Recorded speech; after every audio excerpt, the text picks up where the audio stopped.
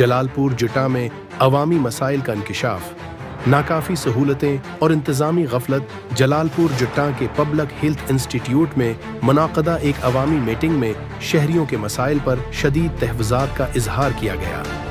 इस मीटिंग का इनेकाद साबिक़ उम्मीदवार MP डॉक्टर मुदब्बिर सदीक और सदरुल खिदमत फाउंडेशन महमूद अंसारी और दीगर नुमायां शख्सियात ने किया। उनका कहना था कि जलालपुर जटा में सेहत की सहूलियात का फक़दान है, जिससे आम शहरी मुश्किलात का शिकार है। डॉक्टर मुदब्बिर सदीक ने बताया कि जलालपुर जटा में टेस्टिंग लीब, इंजीनियरिंग और दूसरे बुनियादी सहूलतें फराहम नहीं हैं, जिसके सबब शहरियों को मुश्किलात का सामना है। उनका कहना था कि हुकूमती अदम तवज्जुही और अफसरान की अदम दिलचस्पी की वजह से जलालपुर जटा के मसाइल दिन बदन बढ़ते जा रहे हैं। कड़ियानवाला रॉड और खारियां जैसे मसरूफ रॉड्स को तोड़कर आवाम से इंतकामी कार्रवाइयाँ की जा रही हैं।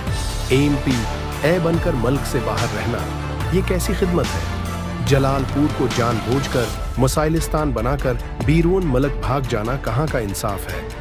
जाहिद महमूद अंसारी ने मजीद कहा कि अस्पताल में लेबॉर्टरी के अदम वजूद की वजह से मरीजों को दूसरे शहरों में जाना पड़ता है, जिससे उनकी तकलीफ में इजाफा होता है।